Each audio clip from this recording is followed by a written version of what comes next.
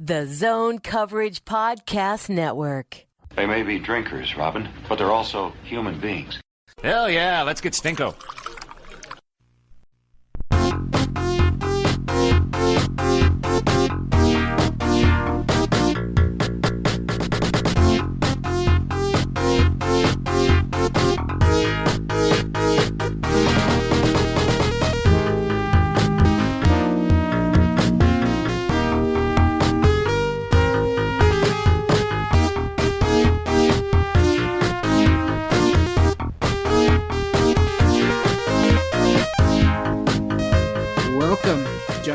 Podcast. My name is Giles Farrell. Across from me is Ben Remington. Hello. And Ben, I don't know about you, but I am by no means stoked for this new round of snow that we are about to get here in the Twin Cities. Oh, you guys are going to get snow tomorrow? That sucks. I will be in Seattle. Wow, did you put your season ticket deposit down then? No, I didn't. I've heard not good things about the Key Arena renovations. And also, did you know out there that they have a per ounce sugary beverage tax? I did not. Yeah, they charge you like 1.8 cents per ounces of sugary beverage. So I don't think I could live there. Wow. That's. I hope it doesn't. If it doesn't apply to chocolate milk, I think I'm fine. But I fear that it does. That's something I did not know. But yeah. Good thing when I was out there, I only had beer. Beer's not a sugary beverage, so I think you're okay there. No. Speaking of beer, my dry month has come to an end. Thank God. Yeah, I came out of it in a beer fest in Cedar Rapids, Iowa, over the weekend. Well, I mean, nobody can honestly expect you to stay sober in Iowa, could they? No. I mean, that's just cruel. Yeah, I think the cruelest part of Iowa was driving back to Minnesota on Sunday, and you just see, just grass everywhere, no snow, and then as you're making your way back to the Twin Cities, you just see snow accumulate on the ground, and you're hating yourself. We've had a lot of melting this weekend, though. I feel like spring is not sprung, but it is. Spring is springing. Speaking of not sprung, the Minnesota Wild had quite a week. Before we dive right into that, we have a couple of promos for you here. The first of which is our usual, if you are new to this otherwise fine podcast, please do check us out. We have a SoundCloud channel. I know many, many people out there like to listen to podcasts via SoundCloud. We are on there, Giles and the Goalie. If you love your iTunes podcast, again, search Giles and the Goalie.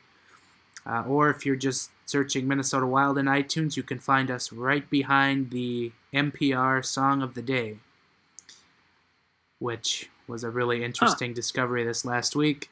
It is. Please do hit subscribe, and then do drop us a rating. We're just too short of 50 on our iTunes ratings. And then we also have a YouTube channel.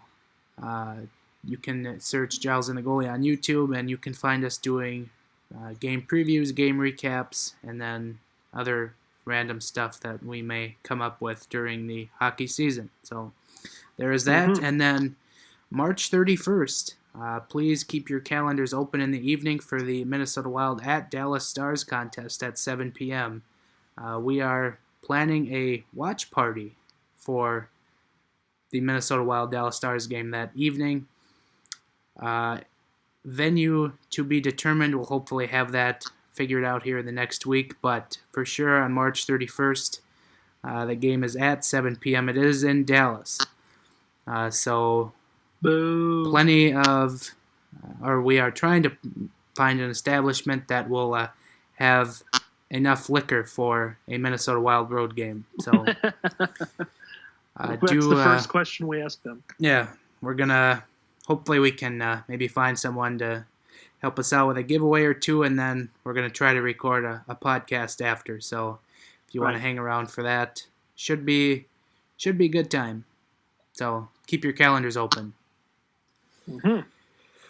With that said, we can recap the last week here for the Minnesota Wild. We are recording on Sunday evening during the third period of the Minnesota Wild Detroit Red Wings game. Yes. So this should be an interesting concept for this podcast, in case this goes bad. So there'll be more screaming. But recapping the week, Minnesota Wild play the St. Louis Blues on Tuesday at XL Energy Center. And my goodness, the St. Louis Blues, absolute tire fire. They get destroyed by the Wild 8-3. Eric Stahl, 5 points, had a hat trick. Jason Zucker, 5 points. And quite an offensive outburst for the Minnesota Wild, but I think I noted this on the recap that game was more of an indictment of how bad the St. Louis Blues were playing. Well, I'd like to agree with you, Giles, but the Minnesota Wild are really good at home. I don't know if you've heard that, but I think this game was because the Minnesota Wild are really good at home. Okay. Well, that's a thought I haven't heard of before, but all right. No, I don't know if you felt the same way, but I had a tinge of sadness about that game because it brought me back to Wild swoons previous. Seeing a Mike Yeo team completely dissolve after the midpoint of the season is just all too familiar. And it's not that I have a whole lot of empathy for Blues fans, because I don't, but I kind of did in that moment that night. It was just, it got to such an obscene level, you know? Yeah, and you kind of feel for them, but then again, you remember the playoffs last year, then you're like, well, right. Whatever. Yeah, no. You guys got through a playoff round because of one goalie who, as we found out yet again, isn't that good. Yeah, weird how Jake Allen fell off the face of the earth. Yeah. He used up all of his magic in one 5-game stretch. So that pushed the Wild further into third place in the Central Division, and they were only 4 points behind the Winnipeg Jets for second in the Central Division. And I wrote an article on Zone Coverage wondering if the Wild could indeed catch the Winnipeg Jets for second place. And just so it was your fault. The sake of argument, I said Nashville really wasn't attainable to catch them being up 8 points with that many games left. But right. Yeah, and then in classic Giles Curse fashion, the Minnesota Wild followed that up with a pair of duds, first of which coming against the Arizona Coyotes in lovely Glendale, Arizona, where approximately 10 people took in the contest between Minnesota and Arizona. After going up 1-0 in the first period, the Wild get outscored 5-2 in the final 2 periods, losing 5-3 in a game that they let slip away as they dominated heavily in the first period, only letting 3 shots on goal, I believe, to the Coyotes to their 19. Not a good one if you're looking for lost points, because that just adds to the incredible total the Wild have this year. Yeah, we talked about this stretch last week where they had 10 out of 11 games against non-playoff teams. And I said, hey, this is the time where you make some hay. You know, you've got to build up a pad. You've got to build up a cushion because, the end of the season, 7 out of 9 games against playoff teams, that's going to be a tough stretch. And then there's a lot of back-to-backs. You need to make hay while the sun is shining. And, wow, that is completely the opposite of what happened. It's so frustrating that that's not at all the first time they've let a lead go. Well, if you thought that was bad, I've got some disturbing news for you as the Wild follow that up Friday night in Denver for a big matchup with the Avalanche in their final trip to the Pepsi Center this year. And it went just about as well as it did the last time they visited Pepsi Center, a 7-1 defeat to the Avalanche as Nathan MacKinnon and company run absolutely crazy over the Minnesota Wild. And I pointed out on the game preview that Nathan MacKinnon was going to have to be the focal point of the Wild strategy in that game. 51 points in 29 home games coming into that game, and, well, they seemed to do the opposite of what I was hoping for. Right. I didn't catch this entire game. I was at a bar, and I was watching it kind of in passing, so I didn't get to really take it in as much as I'd like. But from what it sounds like, that's a good thing, because just a kind of a complete failure on every end of the spectrum from what I heard. The goaltending was horrific, and obviously they didn't get much done offensively. And anytime you let up 7 goals, whether the goaltending's bad or not, you've got some defensive lapses. So, I'm not upset that I missed that one. And then here, as we record, Wild holding on to a 2-1 lead here in the third period against the Detroit Red Wings, Hockey Town's own Detroit Red Wings. But yeah, and if they don't win this game, it's like, I don't know. Not that you have to get into full-on panic mode, but it's so frustrating with this team. Like, it's just so annoying that they cannot. It seemed like they were stringing it together, and maybe they had. I mean, they had a pretty good stretch there, but they can't seem to do anything consistently, and that's probably just as frustrating as any individual game where they play poorly. Well, since we're on the topic of consistency, would you like to dive into your topic du jour of said consistency as we kind of go over the newsworthy things here of the week? But you've got a few, as you texted me this morning, you've got a few thoughts to maybe share on the consistency or lack thereof of the Minnesota Wild. Yeah, I think the frustration, with Wild fans is kind of reaching ahead, and it's like this whole consistency thing. It's super frustrating because like there's so many, it's so avoidable, there's so many different things that can be done by so many different people. It starts at the top, with Chuck Fletcher and Craig Leopold. It's just like, I don't know, why do you not make the Max Pacioretty trade? Like, are you trying to win a cup or not? You have a player out there who is a goal scorer. And don't get me wrong, I love Charlie Coyle as much as the next guy, but are you trying to win a cup or not? And I hate to be this guy, but it kind of I start thinking about Bob Mason too, and how the goaltending has fluctuated. It's just like, the guy's been the goalie coach here for 20 years and has only been able to muster a handful of Vezina candidates out of, an all-star caliber goaltender in Rolson, an all-star caliber goaltender in Backstrom, all-star caliber goaltender in Dubnyk. And he's had, 2 or 3 Vezina candidates, no winners. And I don't know if he needs help or if it's just he's good at getting goalies to that level but not to the next level, I think might be the situation. But again, it's like, are you trying to win a cup or not? And I just don't know. I don't understand the argument for not bringing someone else in, whether it's in addition to or to replace Mason. And Boudreau, like, you've got a team that's clearly talented enough to be a playoff team. And you clearly cannot get them to play 60 minutes a night.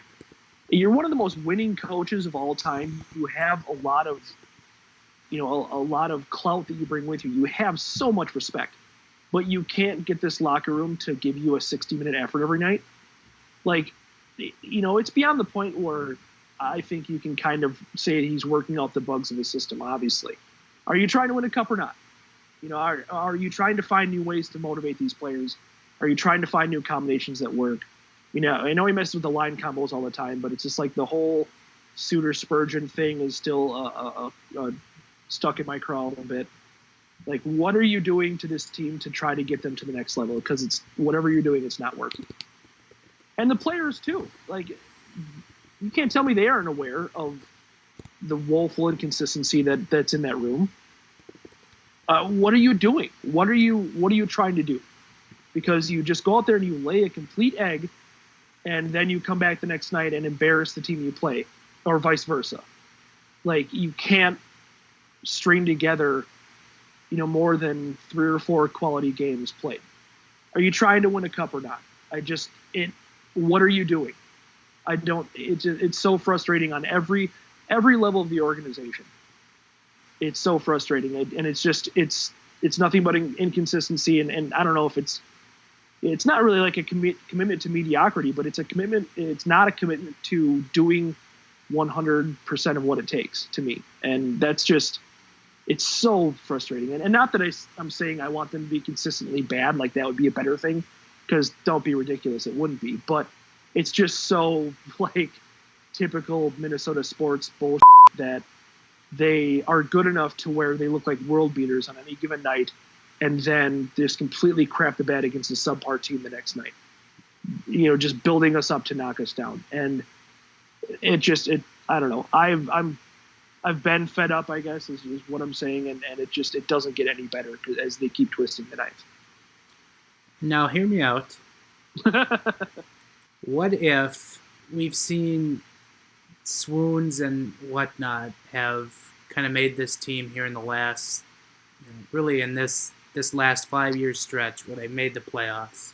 They've had to kind of turn it on at different points just to get into the playoffs, and maybe they're a little mentally spent for the playoffs. And then last year, they built up that entire swoon cushion, as we said time and time again. Right. And then, maybe in March, maybe mentally they were a little checked out because they had kind of built up that cushion, and they weren't able to turn it back on in the playoffs. So what if just on a mental standpoint, because we've seen what this team can do in the playoffs, or not in the playoffs, but we've seen what this team can do against the best in the league. Right. And we know that they can roll with them and beat them. So what if just purely from a mental standpoint, this team is just kind of doing the minimum just to get their foot into the door of the postseason, and then then they fire the Jets and they really go full blast. Like,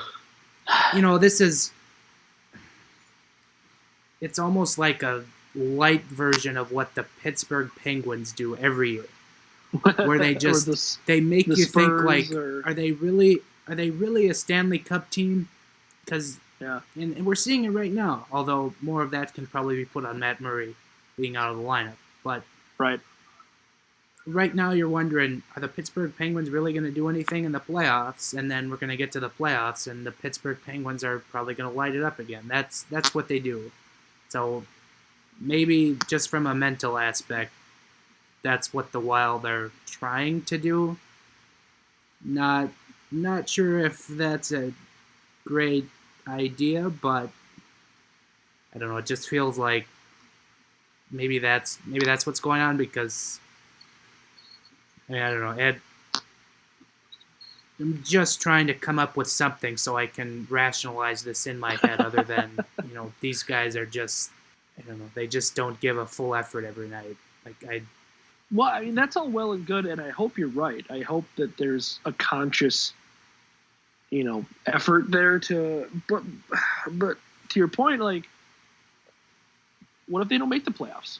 They're dangerously on the edge right now, and, like I said, those last 9 games are going to be tough. If you don't have a pretty good foothold before that last 9 games of the season, I don't know if you make the playoffs. Like, that's a real fine line to walk, and I would love it for them to have some kind of playoff-centric focus in mind.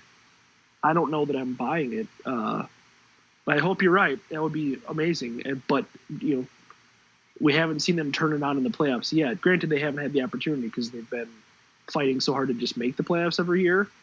But I don't know, this year kind of seems like one of them. It seems like they're going to be fighting until the last minute. And so any coasting that they're doing up until that point is just kind of a disservice to them headed into that final, let's say 3 weeks or so. Right. And as we we might get to later. Well, I mean, I guess maybe even I'll just throw it out right now as just to kind of. I was going to come to it later, but since we're kind of on it now, like, how do you feel like as we take the temperature of the Wild and where they sit in the playoff picture, here on March 4th? Mm-hmm. Who would you, I guess, maybe want or don't want them to see in the playoffs? Because realistically, it's going to be one of three teams. You're going to get the Predators, the Jets, or the Golden Knights in round one. Right. We have mentioned this very briefly before, but I think I would like to see Vegas and get into that Pacific bracket because, we talked about it last week a little bit. Beating the Jets and the Preds in succession, oh my. I mean, that's a tough task, as Mr. Vegas, Jason Zucker himself, scores. That's a tough ask, and so it. I don't know. There's certainly no win there. I do think they still do make the playoffs, but I mean, if Vegas looks for real, but that's the regular season, and it's kind of a ragtag team that's never. You've got some guys that have been there, some guys, a lot of guys that haven't, quite honestly. But I still like them facing Vegas better than I like them facing anybody in the Central because. I mean, the Central, getting out of that bracket it's going to take an incredible team to get out of that bracket. Just because I feel like it's head and shoulders better than the Pacific. So I don't know. What are your? Do you feel like? Oh, I know we mentioned it last week, but are you still kind of on that train? Well, it's interesting. Like I was listening to a Winnipeg Jets podcast on my way back to the Twin Cities, and. Scouting. Like I found it interesting when they said that because they asked literally the same question that I just threw out. Like, what team would you maybe least want to play in the playoffs? And they ran through like the Wild, Dallas, and there was somebody else like Colorado, I think it was. And the one guy said Minnesota, and I kind of You veered into oncoming traffic? Yeah, I was kind of shocked he said that, but then he kind of, he throws it out. He says their defense is very good, very deep, and if Nashville wasn't, so darn good at defense, people probably be talking about the Wild as having the best defense in the Central Division, and he said, the Wild have a lot of playoff experience, albeit not in overly winning fashion, but these guys have success, yeah. These guys have been there before. They've won a playoff game, and so he said if that team catches fire, I wouldn't want to play them. And now he did go on to say that he wouldn't he'd think the Jets could still win that series, but he said out of the teams, he said Minnesota would not be the team you'd want to play. And even though we sit here and we go nuts about a loss to the Coyotes and a loss to the Avalanche, and it kind of comes back to it when the Wild are mentally in the game and involved. They're a really good team, even though they're probably not as good as last year, but they're still a pretty good hockey team. And that's I totally agree with that, which is like I mentioned during my rant that's just part of the frustration for me because they can play with anybody. Yeah, so I guess maybe to answer the question, like I'm still on the Vegas train, but right. I think with the young Jets, like I think the Wild could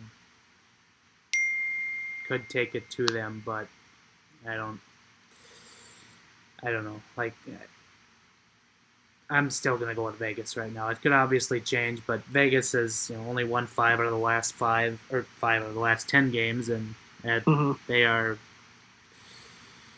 The Pacific Division will have the easiest path to the Western Conference Final, which, if you're a Wild fan, you probably want because you haven't had a meaningful playoff run in now 15 years. Think about that. Oh my God, 15 years.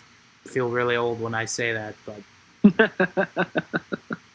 There are kids complaining about the Snapchat update that were born as we after that playoff run. as we've been wondering about the playoffs and who the Wild could play and if they'll make it, Jason Zucker has tallied a pair of goals, and the Wild are going to get a big win over the Red Wings here. I can't believe we needed to say big win, but here we are. They're really good at home, hardy har har. But this win is kind of a tourniquet. They needed to stop the bleeding. They needed to come out. I don't know if they've played an incredible game, but I think they've certainly played a game good enough to win. And they need to prove to themselves, most importantly, that they can do that. And at least they've done that. So, like I said, they get embarrassed and then they come out the next game and they win. And I guess at least they are capable of that. All right, so kind of some other newsy things here of the week. I guess I had it here first. After Tuesday's game, Eric Stahl had 5 points, a hat trick, and obviously everybody started raving about the season he was having and really his renaissance here in Minnesota. But everyone kind of started using the words Hart candidate next to the name Eric Stahl, and I found that to be a bit fascinating. I myself certainly didn't think of that, but even Elliot Friedman in his 31 Thoughts put Eric Stahl and Hart candidate in the same sentence, so there's obviously some kind of traction there when Elliot Friedman throws it out, because he certainly doesn't throw stuff at the wall. Sure. But I guess I wanted to see how you felt about Eric Stahl being a Hart candidate, because that maybe kind of came out of left field for me. Yeah, and I think it's been topic du jour as far as Wild folks have gone for the last week. I love Eric Stahl, and that's a Twitter bit, but it's also real life. Where I raved about that signing. I loved the signing right off the bat. I wasn't one who even questioned it a little bit right off the bat. And he's obviously meant incredible things to this team all season long. And, it depends on how you read, because there's always a debate, best player versus most valuable player. And I think that's, the whole most valuable thing is where his name comes in. Because he's certainly not the best player he's 18th in points in the NHL. Or maybe he's tied for 16th now. But yeah, he's in the teens. So let's not pretend like he's one of the premier players in the NHL right now. But is he the most important to his team? I think there's an argument for that, but the fact that he's still not dominating the league in a point sense, if he's a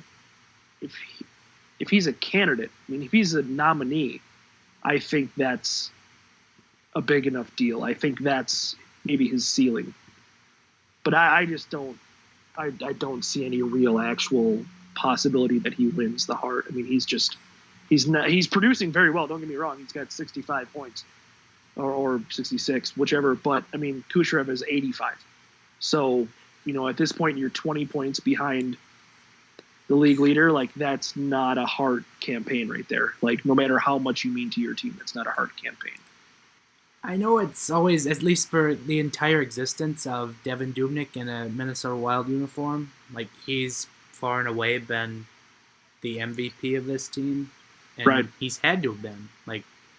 There's literally been, no other way the Wild survived without Devin Dubnyk. And again, that's true this year, but I think we're also seeing the importance of Eric Stahl to this hockey team. And I'm first going to say that I think he should be in the discussion of Hart Trophy after spending many, many hours on the road over the weekend with nothing but my thoughts.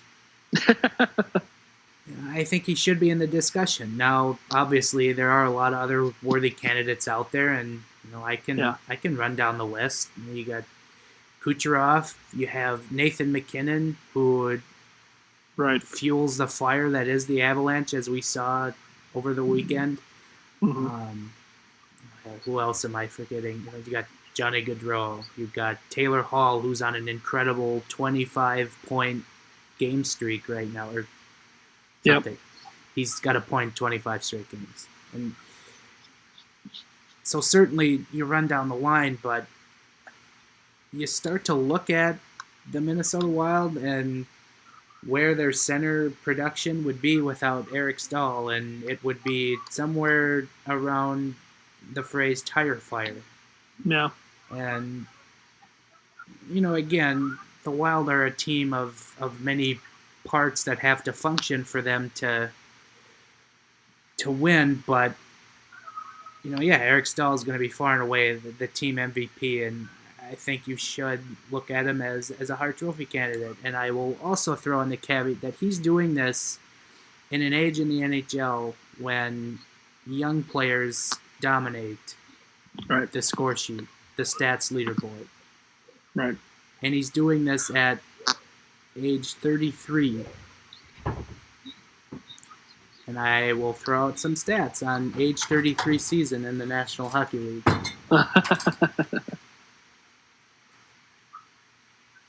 At this pace, Eric Staal is roughly on pace for 82 points. Mm-hmm. And if you look at age 33 seasons in the last 10 years, he will only be bested by Jerome McGinley, who had 86 points in 2010, 2011. Yeah, about 20 of those against the Wild. Roughly. No. And then if you filter out center scoring in the last 2 seasons, so Eric Staal's run with the Minnesota Wild, mm-hmm. he is 11th in the NHL centers in scoring with, it's probably up a few more now, but right. He's got more points than Anze Kopitar, Evgeny Kuznetsov, Ryan Getzlaf, but more of that is Getzlaf is hurt constantly. Jack Eichel. And then he's been tied with McKinnon, and then just a few behind Tavares, Sagan, Scheifele. I mean, these are household names he's up there with, and he's doing it when he should probably be, on the downward turn in his career. So, I think there is value to Eric Staal, Hart Trophy candidate, but I'm not going to be shocked when he's not a Hart finalist, but, good on him for having a discussion about it. Right. So. Yeah, it's the first time we've even thought about a Wild player, even sniffing that. I know Gaborik had some good years, but I don't know that his name ever really came up, Yeah, no, he never did. And Staal is going to probably shatter a Marian Gaborik record in the Wild season book or two. Right. Man, my sentence structure is god-awful. What? My sentence structure is awful. I think what I just tried to say was Eric Staal's probably going to break one of Marian Gaborik's single-season records this year, and it came out backwards. Well, I think they felt you. You get what I mean. Yeah, I got you. So, before we transition to the next topic, I want to shout out Roz, who sent me a message that the podcast title should be, "Are you trying to win a cup or not?" Yeah, she's being very supportive. Yeah. So that and thoroughly entertained by my rants. Yeah, she said she was trying not to laugh. So yeah. Well, good then. I was being entertaining. Let's be honest. We all try to not laugh when you rant. Boom. I hope the listeners just openly laugh. Probably not. That's my job. Other news this week, Luke Kunin recalled from Iowa. He was recalled, I believe it was before Tuesday's game. Is that right? Or was it before but he didn't play. Game? Yeah, but he didn't play Tuesday and Thursday. and he got back in the lineup Friday. But I guess you look at Luke Kunin's line from Iowa, and he hadn't scored in 7 out of the last 8 games before his recall. So I kind of wondered, is that the right time to recall Luke Kunin? But then again, it wasn't like the Iowa Wild exactly had a banner month of February. So you could argue that necessarily the points don't maybe reflect the player, but God, I don't know. After seeing Luke Kunin a few times while he was in Iowa and just not looking genuinely interested at times in playing in the AHL, I guess I don't know. If you want to make players earn your way into the NHL, felt like there may be a better option or two at the time, but then again, you want to give your first-round draft pick every shot they can. So I can see it both ways. Yeah, and I think him being in the lineup over Foligno or Ennis is just kind of a win in general, especially from a talent standpoint. So I don't know. It's hard to argue with putting anybody in the lineup over guys who are, like Ennis and Foligno, who are just not producing and not playing well on top of not producing. And, at least you'd have a guy, with some skill out there. And we haven't seen that translate into points yet, or we haven't really seen that, really shine through just yet. But I don't know. It's hard to argue with the call-up just because he is so talented and he is a guy that's obviously the future of this team. So, I mean, not that he was rotting in Iowa or anything, but you might as well, I guess. If there could be worse things than telling your last first round pick that he's a guy you want up in to learn the ropes in the NHL. And I mean, I guess Kunin getting in the lineup came at the expense of Marcus Foligno, or at least it was Sunday night against Detroit. Yeah, on Friday I believe it was Ennis. Ennis, who, yeah, when I rewatched Thursday against Arizona, Tyler Ennis was, and has been for a better part of this season, getting pushed off the puck by nothing more than a small breeze. Yeah, I wrote about this in my mailbag this week, and I don't know, Russo actually mentioned it in his mailbag this week, which I felt like was gimmick infringement, but Ennis is getting bought out this summer. I mean, I just buy him out. There's no happy ending to this story. Like, I'm sorry, Jared Spurgeon, but he's just not an NHL level hockey player. I don't think, unfortunately.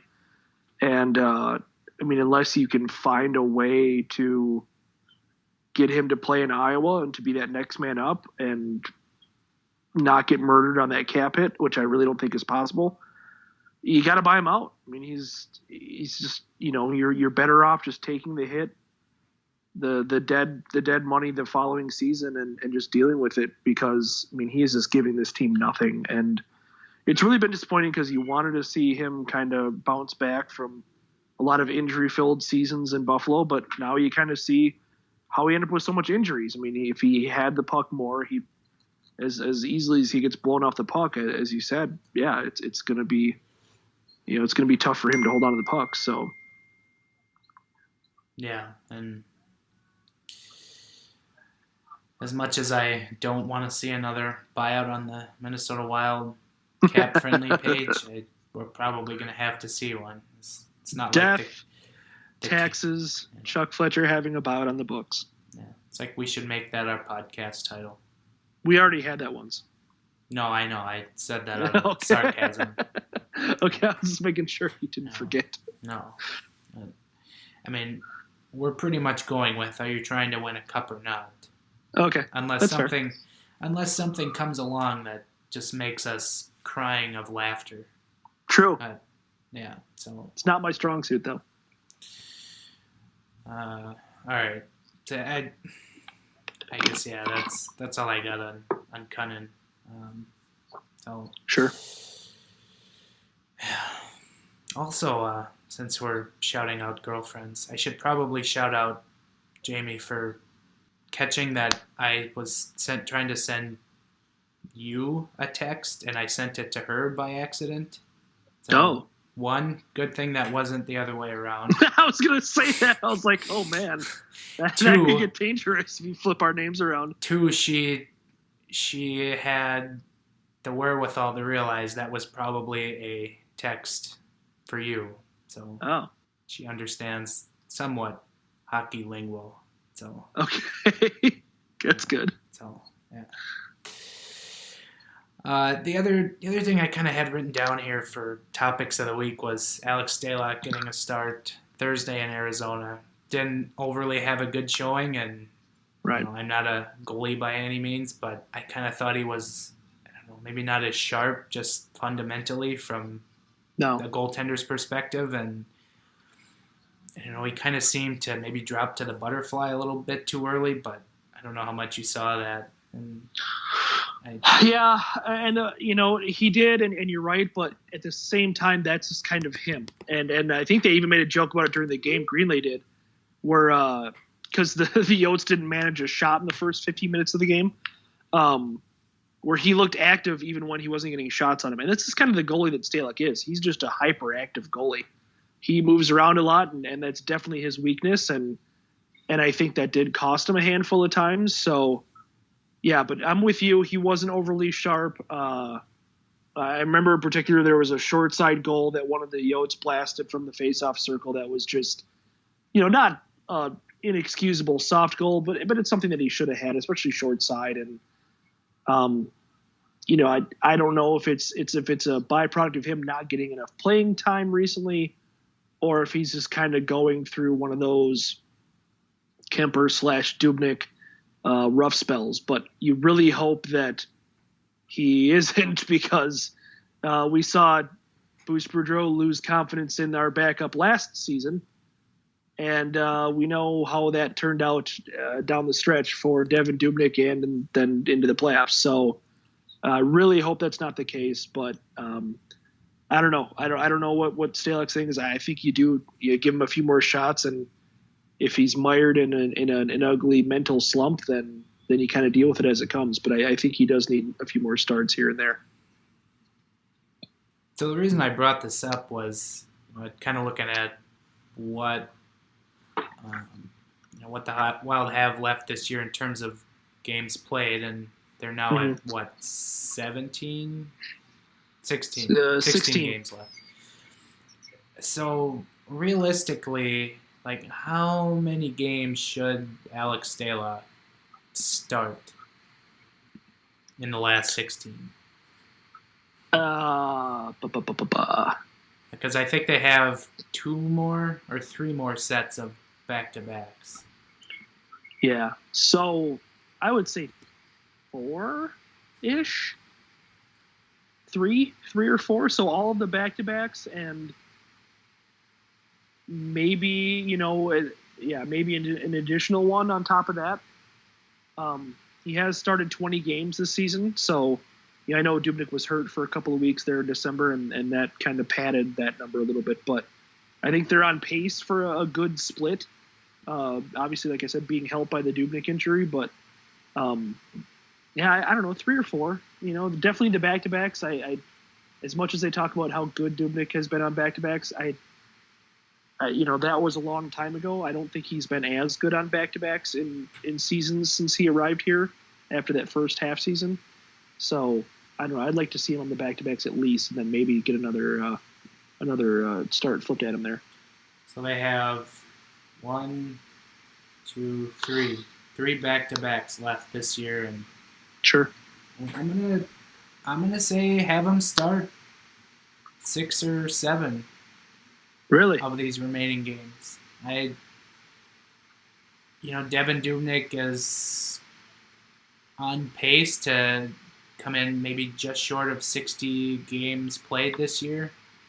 Sure. And, as I've openly wondered on this podcast many of times, what will he look like in the playoffs if he's overused? And we've seen, goalies who typically fall in the 55 to 60 games played range in the season are generally the best ones in the playoffs. And as we've said pretty much all year, this team is going to be judged on how they do in the playoffs, not by regular season. So I'd say give Alex Stalock the chance to start some of these games against lesser teams, especially here in March, and give Dubnyk a chance to rest, but don't rest him too much, obviously, where he gets rusty.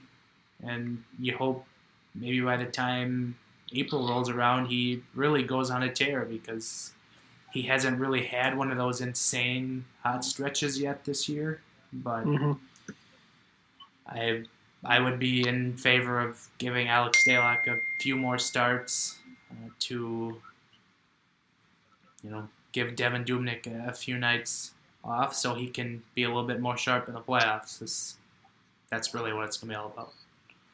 Yeah, so I'm looking it up now, and you're right. Dubnyk hasn't been anything special, and so I looked up since the first of the year. Dubnyk's got a .914 save percentage, which that's pretty mediocre. Stalock in 5 starts, 8 games has a .901 save percentage. So he does seem to be kind of mired in a little bit of a slump, and that's why I wouldn't go as aggressive as you. But I guess maybe if he heats up, that would certainly justify more starts towards the end here. Realistically, as we record here after the game, where the Wild are 6 points behind Winnipeg for second place, and Winnipeg has a game in hand, so it's really becoming more and more of a stretch that they're going to catch Winnipeg for home ice in round 1. And I don't know. I say as long as you get in, just get in and see who you play, and Well, but I think home ice is important to this team, and not in the classic FSN, they just really love their home fans kind of sense. I think home ice is important to this team because of the last change and because of the depth they don't have. And I've talked about this before, but if we've seen them on the road, and I don't think it's as simple as a confidence thing as Anthony LaPanta will probably try to tell you. I think it's a depth thing, and their depth is just bad.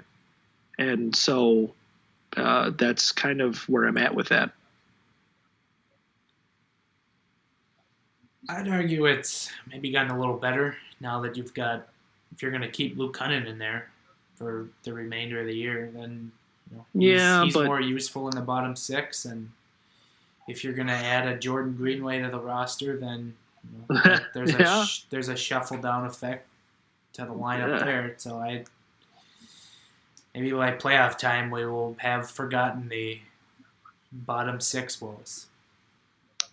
I hope you're right, but also, and again, we love the big omelet and we love the good hockey boy, but they're not having good stretches right now, and I don't know that either of them is going to get better. Nino is clearly hurt and playing hurt, and Coyle is just we've heard about him squeezing his stick into sawdust, and so just those kind of things concern me as it pertains to the Wild depth. Yeah, drink the Kool-Aid like I am today. Come on. I was just gonna say I'm kind of a negative Nancy tonight. Yeah. I don't know where this is all coming from, but yeah. All right. I think I got all the newsworthy topics of the week. Just kind of looking at the week ahead. Wild playing just one home game here this week. Tuesday night against the Carolina Hurricanes before they vacate XL Energy Center for the boys state high school hockey tournament. Carolina currently sitting 1 point out of a playoff spot as we record, with a very nice 69 points on the season. Nice. And then the Wild hit the road to the Pacific Northwest, where they go to Vancouver and then Edmonton to close out the week before they return home next week. So, I think we said it last week, a very winnable week, and will be interesting to see what the Minnesota Wild do to make you scream and yell, are you trying to win a cup or not? That's kind of, I mean, Carolina obviously will be the toughest game out of the week because they're young and they're starting to play better here from when we maybe last saw them early in the season, but I don't know, it's a home game for the Wild, so they'll probably be all right. Yeah, I'm not as worried about that one. I think those Canucks and Oilers games on the road are going to be tough because, we're going to hear the whole Brock Besser thing against the Canucks, and it's on the road. The Wild drafted Joel Eriksson Ek instead of Brock Besser?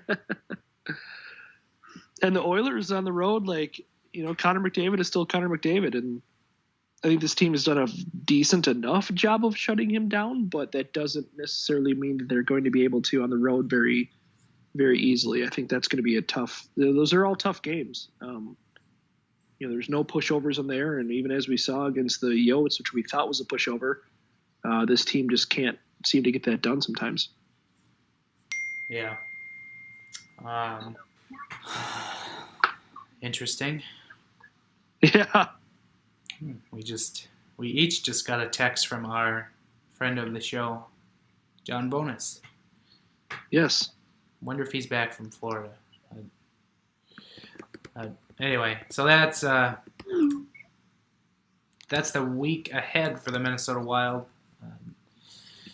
Hold on to your butts because I'm sure they'll make it interesting. And with that said, we move to our Bruce Boudreau quote of the week.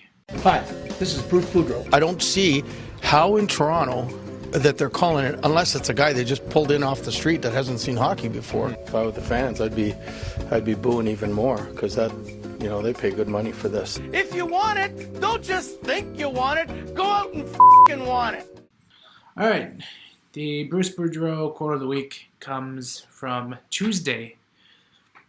After the trade deadline, Wild obviously moved Mike Riley, pretty much sealing Nick Seeler's spot in the lineup for now, as he's played really well. And so at practice, Bruce Boudreau went up to Nick Seeler and said, "Now that you're here, are you still going to be good?" And Seeler said, "Don't worry, coach."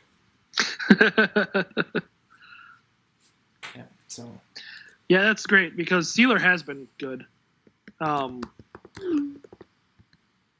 I think that he's going to.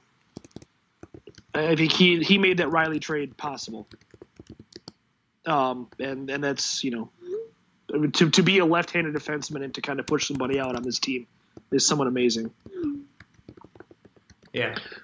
So it's I don't know, it's a good thing, but and then I don't know that he really tore it up on Thursday or Friday night. So there's unfortunately some validity to Boudreau's request and that he's still a rookie, and I think we have to remember that too. As well as he's played, he's got 6 games in the NHL now, so maybe up to 10 at this point. But and I think that's a worthwhile note that he's still a rookie. That was quite a hockey fight he had against the Red Wings. Yes, that was maybe the best hockey fight you'll see all season. I tweeted about it. I didn't like the timing of it. They had the extra attacker, and all of a sudden he throws his gloves off and starts going at it. But as far as from just a fight status, I know there's probably not a whole lot of hockey fight fans left out there, but that was a tremendous hockey fight. I missed it, but I guess he was standing up for Zach Parise, who got kind of cheap shotted. So it makes sense just from a player's standpoint. I know that people don't necessarily like the fights like that, and especially as you said with extra attacker in the offensive zone. But it was all right, especially since the Wild went on to score 2 more goals. They did okay. So yeah, good on Nick Seeler. So that is your Bruce Boudreau quote of the week. And now on to the weekly wager. That's your bet, sir. Ah, yes, the bet. Okay, what the hell? Makes very little sense to bet when you cannot win.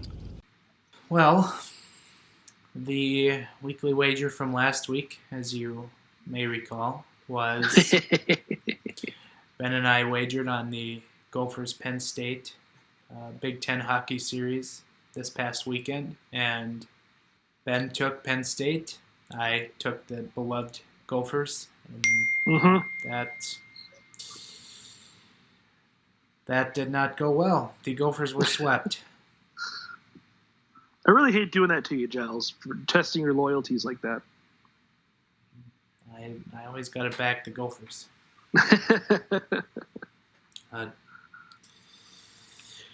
So, I guess I get to reveal my list of 10 quality Iowa traits, which I probably should have written down beforehand. Jesus. I knew I forgot to do something before I jumped on this podcast. Okay, so the list is as follows, and as I alluded to when Ben first did his list of 10, I had Des Moines, not a bad city, nice little town, has some fun bars and restaurants, so I give it that, and at least it makes it certainly a pleasant trip when I go down to catch the Iowa Wild, so I can't complain about that.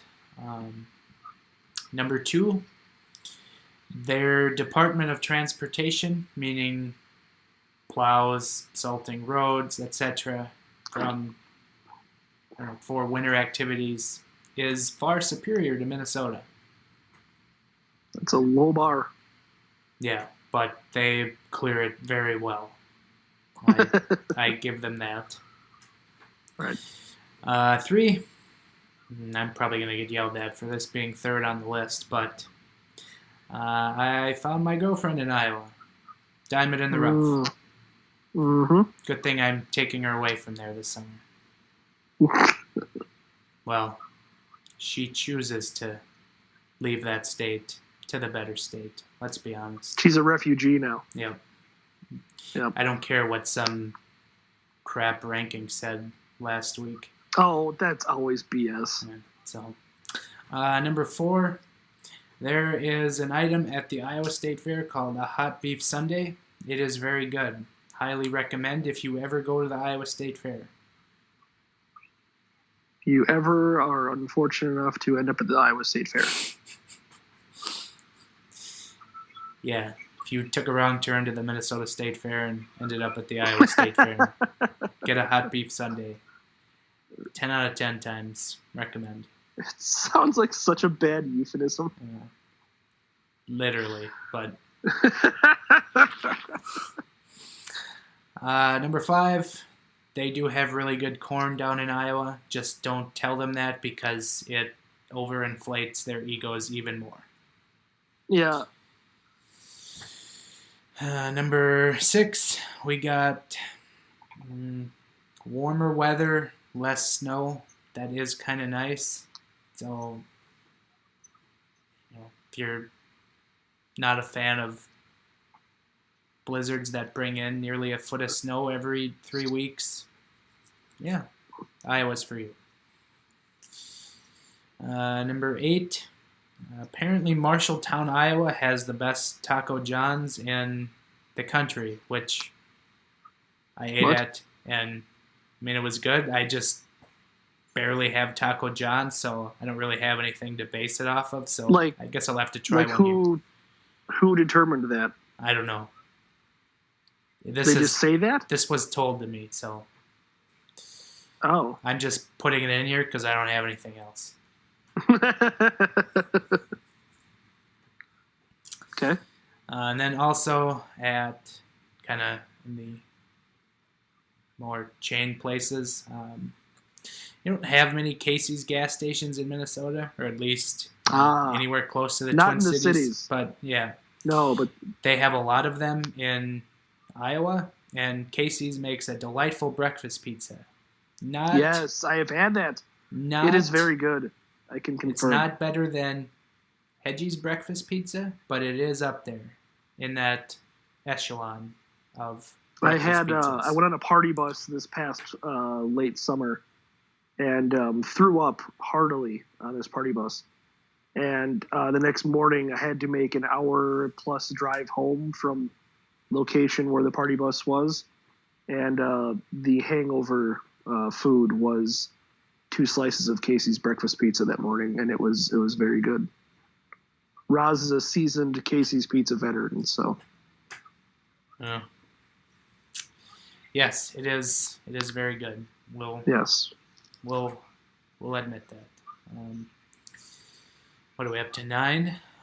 Yep. In Iowa, the 2 big colleges, University of Iowa, Iowa State, they give the opposite college campus city a nickname. So, like Iowa City names.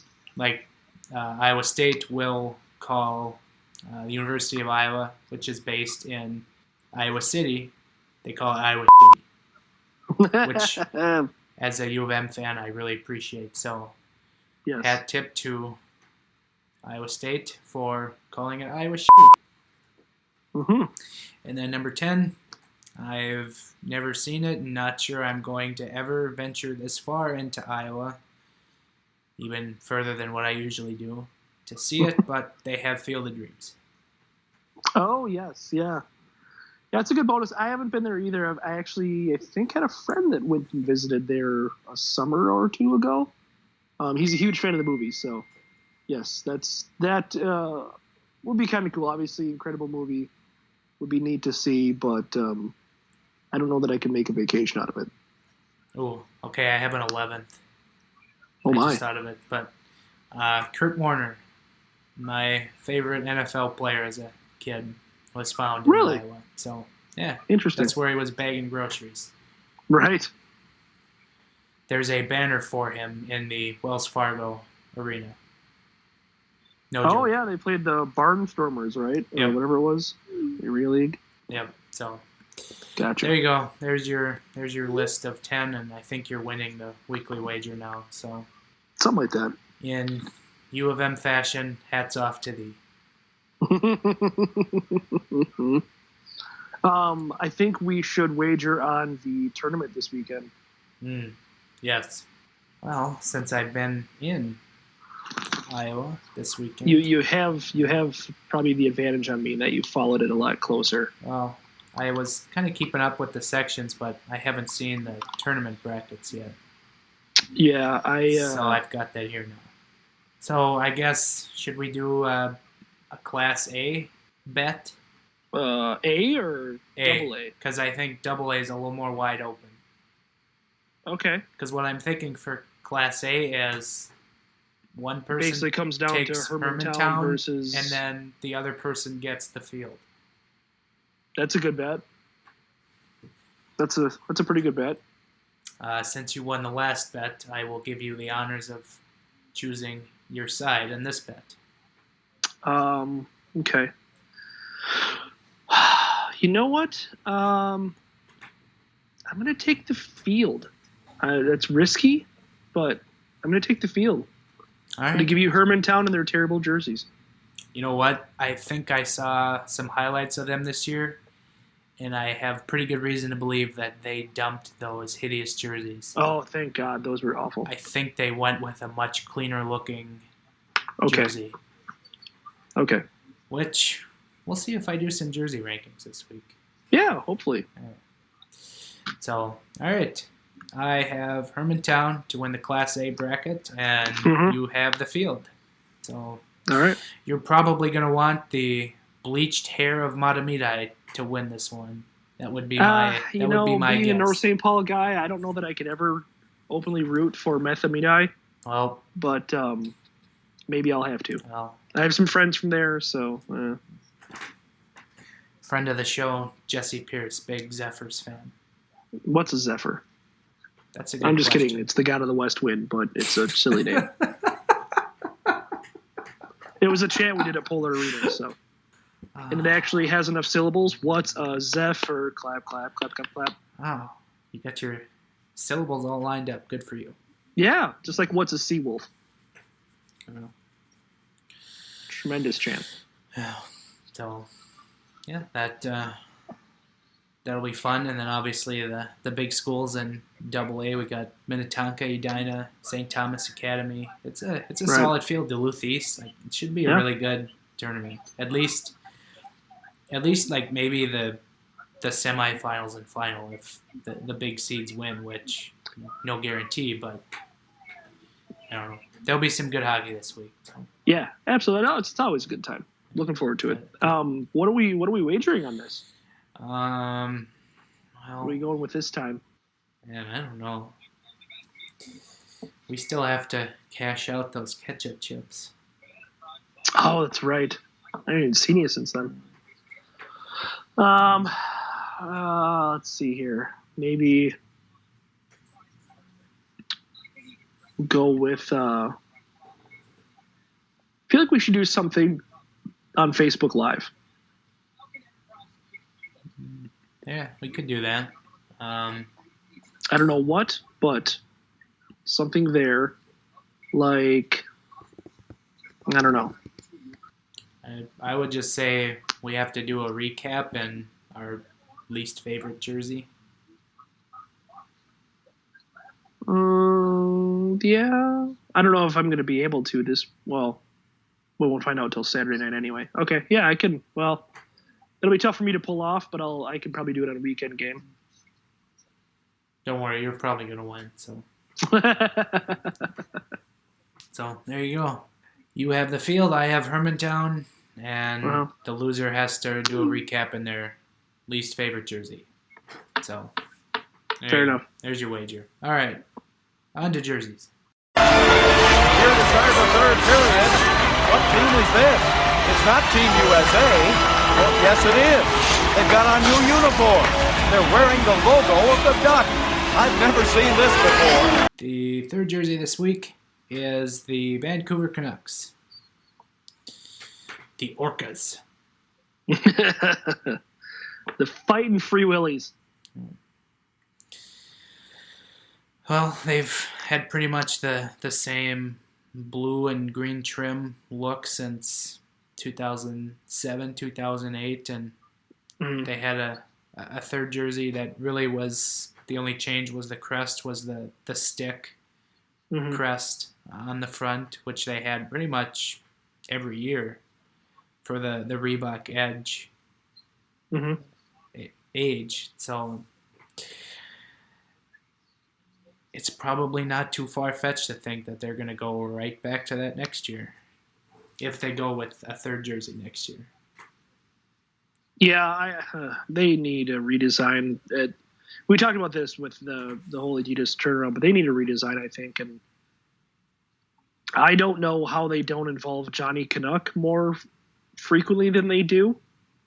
I think that it's something good to build off of.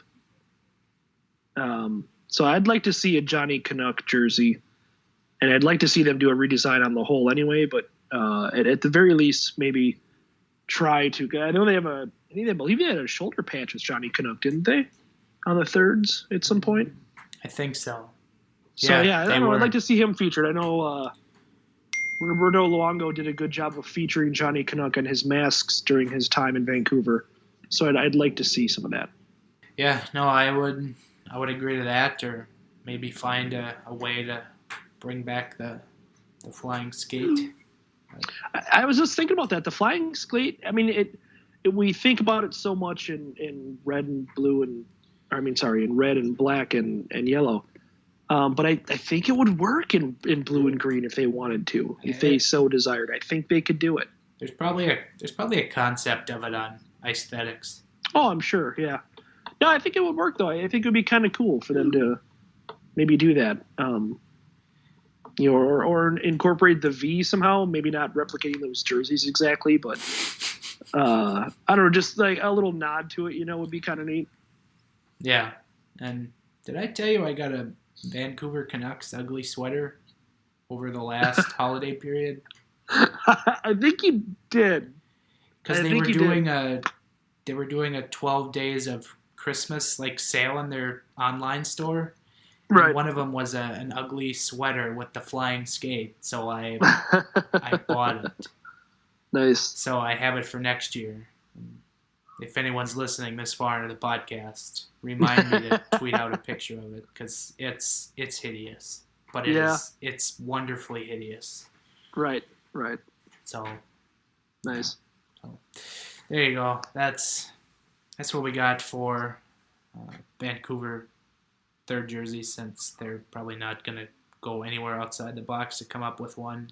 So just like their front office of the hockey operations department. Oh my God.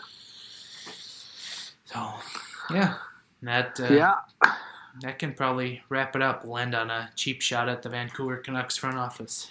There's nothing wrong with that. Yeah. So yeah, you can find Ben and I on Twitter at Ben Remington, at Giles Farrell. Our podcast has a Twitter account at GATG Wild Podcast. Podcast is also on SoundCloud, YouTube, iTunes, Google Play, iHeartRadio, wherever it's going to be there. So do subscribe to us in any of those given ways. Especially if you're an iTunes subscriber, it really helps boost the show, and then help us get to 50 ratings. So drop us a rating if you haven't already. Ben and I write for a website called Zone Coverage. It used to be called Cold Omaha, and probably something before that. But we write at zonecoverage.com/wild. Ben, myself, Heather Rule, and an occasional Tom Schreier column can be found there. And yeah, that can wrap it up for this week, and we will chat with you again next week. Later.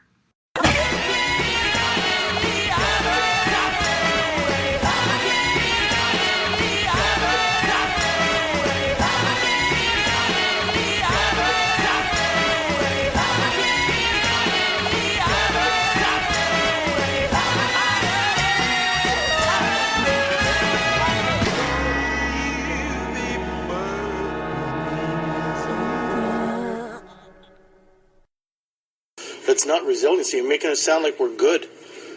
That's all. I'm done.